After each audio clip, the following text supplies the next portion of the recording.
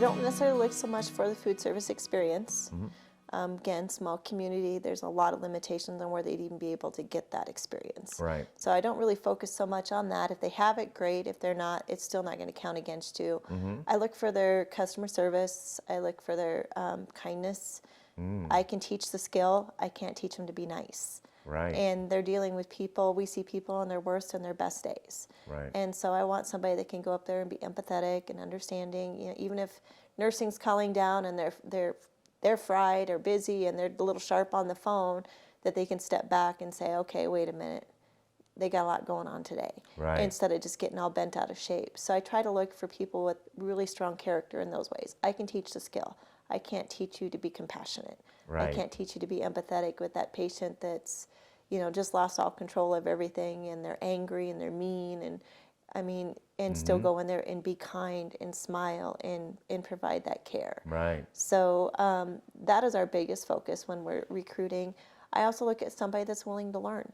Yes. Because again, even if they come with that experience, especially if it's from, like you said, hospitality or fast food or whatever that is, healthcare is a whole different animal. Mm-hmm. And so if they're not willing to come in and learn and be willing to listen, it's just going to be a battle every step of the day. And for them and me, it's not going to be a good working relationship. Right. Fine.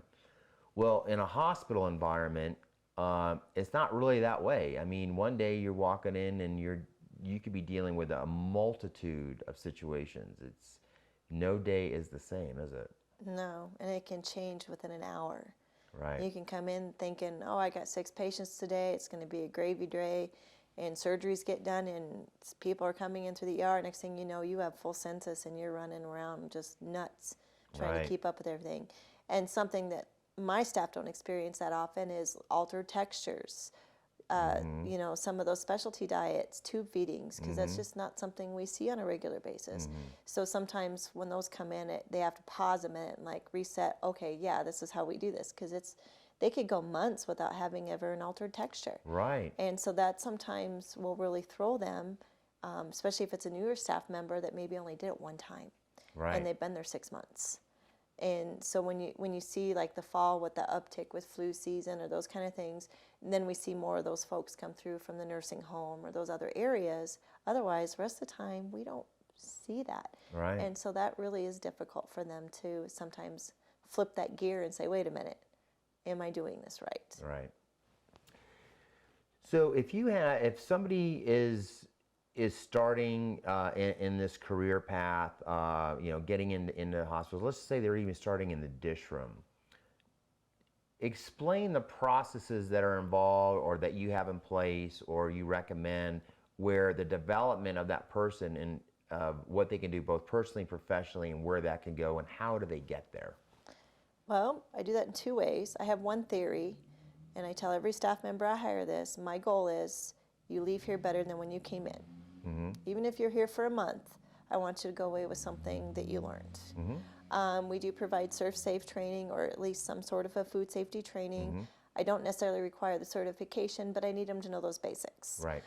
So that's something we've relied on. We use the Pineapple Academy, especially for a lot of the new staff that have never worked in food service, because them take an 8-hour Surf Safe class, they're only going to remember this much of what I just harped on, and spending an 8-hour day with me is not fun. Right. So, you know, for me to give them little snippets here and there and assign them and then follow up with them, that competency piece of that's really helpful. Right. Because then I can see, did they understand what they were learning? Right. We do a lot of hands-on, one-on-one with them. But then I always tell them, if this isn't the place for you, I don't want you coming to a job you don't want to be at. Right. I don't want you miserable, because you're not doing yourself a favor and you're not doing your team a favor. We encourage education. Again, I work for a great company that's really great at supporting that.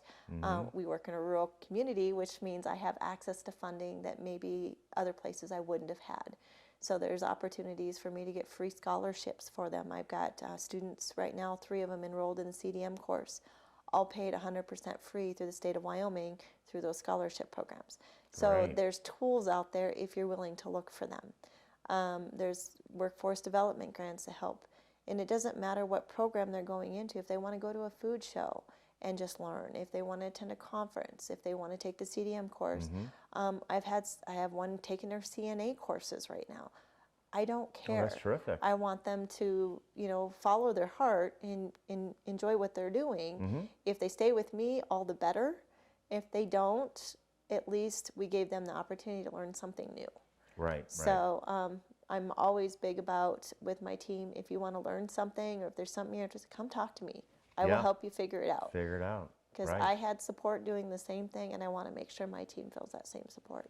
Yeah, it's very clear that a lot of people aren't going to return to the workforce, and the fact that we're in a baby boomer situation right now in this country. I mean that 65 and older is becoming the largest population in the country, and so therefore there's huge sections of the economy that aren't getting personnel that is to do the work.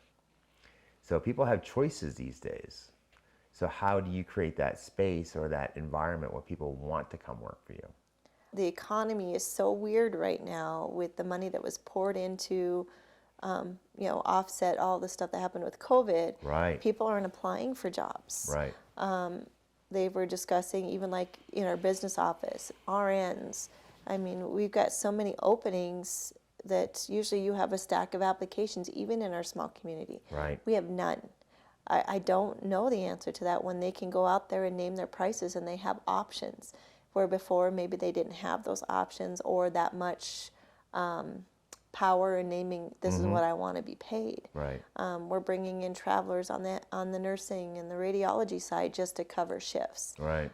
Food service, we're not so fortunate. That means we work doubles or whatever.